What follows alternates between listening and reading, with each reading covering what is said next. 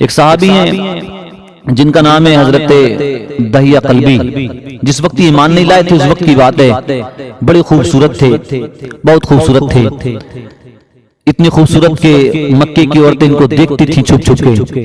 ایک روز جب میرے نبی کی نظر پڑی تو اللہ تبارک و تعالیٰ کی بارگاہ میں دعا کی، مولا تعالیٰ اس نے خوبصورت نوجوان کو جہنم سے بچا لے، اسلام کے دامن میں داخل فرما دے۔ بس صبح ہوئی نا تو پیارے آقا کی دعا تھی، کون سی رد ہونے والی تھی؟ صبح ہوئی، دہیہ قلبی میرے آقا کی بارگاہ میں حاضر ہوئے، کہنے لگے محمد جو دین آپ لے کر آئے اس کے بارے میں کچھ بتائیں، میں جاننا چاہتا ہوں آپ کے دین کے بارے میں۔ تو میرے نبی نے کہا کہ میں اللہ کا رسول ہوں، لوگوں کی ہدایت کے لیے بھیجا گیا ہوں، اور اللہ کے سوا کوئی عبادت کے لائق نہیں، اس کا کوئی شریک نہیں۔ دہیہ قلبی کہنے لگے میں ایمان تو لے آؤں گا، میں تمہاری بات کو مان لوں گا، مسلمان تو ہو جاؤں گا، لیکن یہ بتائیں میں نے جو گناہ کیے آپ کا اللہ ان کو معاف فرما دے گا؟ میں نے بڑے گناہ کیے، مجھے نہیں لگتا کہ آپ کا اللہ معاف فرمائے گا۔ تو کہا میرے نبی نے بتا تو صحیح تیرے کون سے گناہ ہیں؟ تو کہنے لگے کہ میں قبیلے کا سردار ہوں، اور ہمارے قبیلے میں جب کسی کے گھر میں بیٹی پیدا ہوتی ہے تو اس کو زندہ زمین کے اندر دفنا دیا جاتا ہے، اور یہ کام قبیلے کے سردار کے ہاتھ سے کرایا جاتا ہے۔ میں نے اپنے ان ہاتھوں سے 70 زندہ بیٹیوں کو زمین میں دفنایا ہے، کہ اللہ معاف فرما دے گا؟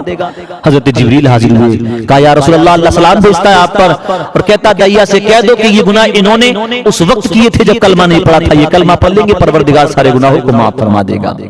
پھر کہنے لگے یا رسول اللہ میرا ایک اور گناہ ہے جو مجھے کھائے چلے جاتا ہے، جس کی وجہ سے میری راتوں کی نیند اڑ گئی ہے، مجھے سکون نہیں ملتا۔ کہا کیا گناہ بتا تو صحیح؟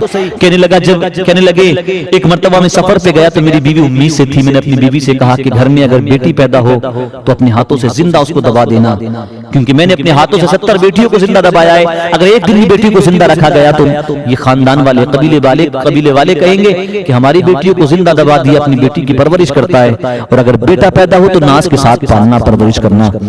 کہتے ہیں ایک عرصہ طویل کے بعد جب میں واپس آیا، میں نے دروازے پر دستک دی تو دروازے چھوٹی سی بچی نے کھولا، جو بڑی پیاری سی خوبصورت بچی تھی، اس نے کھولا۔ میں نے غصے سے کہا تو کون ہے؟ تو کہنے لگی میں اس مکان کے مالک کی بیٹی ہوں۔ اس بچی نے کہا آپ کون ہیں؟ تو کہا اگر تو اس مکان کے مالک کی بیٹی ہے تو میں اس مکان کا مالک ہوں۔ کہتے ہیں جب میری بیٹی نے اتنا سنا تو اس کی خوشی کا ٹھکانہ نہ رہا، چپٹ گئی میری ٹانگوں سے۔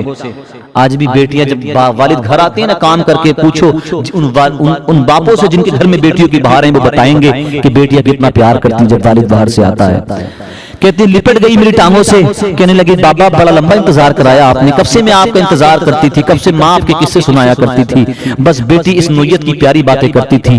کہتے ہیں دہیہ قلبی مجھے رحم نہ آیا، میں نے لات سے مارا، بیٹی کو دور پھینک دیا، پھر میں اپنی بیوی کے پاس گیا، کہا کہ کیا معاملہ ہے، میں کیا دیکھ رہا ہوں، کیا واقعی یہ ہماری بیٹی ہے؟ شریف بیوی تھی، سہم گئی کہ ہاں سرتاج میری مامتا نے مجھے اجازت نہ دی، میری محبت نے مجھے اس فعل بد سے باز رکھا، مجھے مجبور کر دیا کہ میں اپنی بیٹی کو نہ دباؤں۔ کہنے لگی میرے سرتاج کیا غلطی ہے بیٹی کی، کب تک یوں بیٹیوں کو زندہ دبایا جاتا رہے گا، خدا را اس پر رحم کھاؤ۔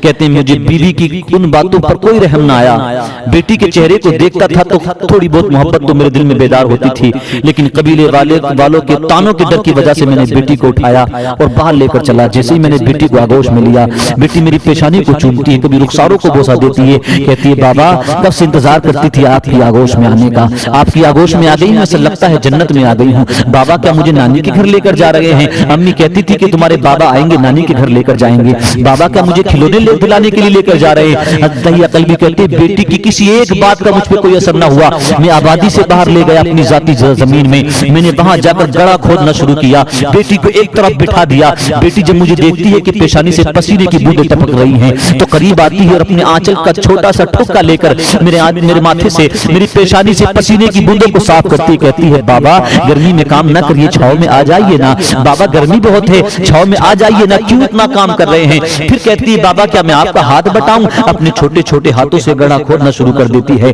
میری مدد کرنا شروع کر دیتی ہے۔ بیٹی نہیں جانتی تھی یہ گڑھا اس کی موت کے لیے کھودا جا رہا ہے، یہ گڑھا اسی کے لیے کھودا جا رہا ہے، بس اپنے چھوٹے چھوٹے ہاتھوں سے اپنے بابا کی مدد کرنا شروع کر دیتی ہے۔ اور بہنوں میں آپ سے کہنا چاہوں گا کیا دور تھا وہ کہ ایک زندہ باپ درندہ بن جاتا، ایک باپ اپنی زندہ بیٹی کو مجبور دفن کرنے کے لیے تیار ہو جاتا تھا، درندہ بن جاتا تھا، وہ حیوان بن جاتا تھا، وہ اپنی بیٹی کہتے ہیں میں نے گڈھا کھود کر تیار کیا اور پھر لات مار کے اپنی بیٹی کو اس میں گرایا۔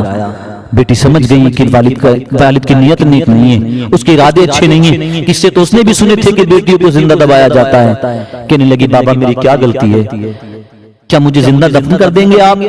بابا میں نہیں مانگتی آپ سے کھلونے، میں نہیں کہتی آپ سے کہ مجھے نانی کے گھر لے کر جائیں، بابا مجھے زندگی کی بھیک دے دیں۔ میری کون سی غلطی ہے؟ کب تک یوں ہی بیٹیوں کو زندہ دبایا جاتا رہے گا؟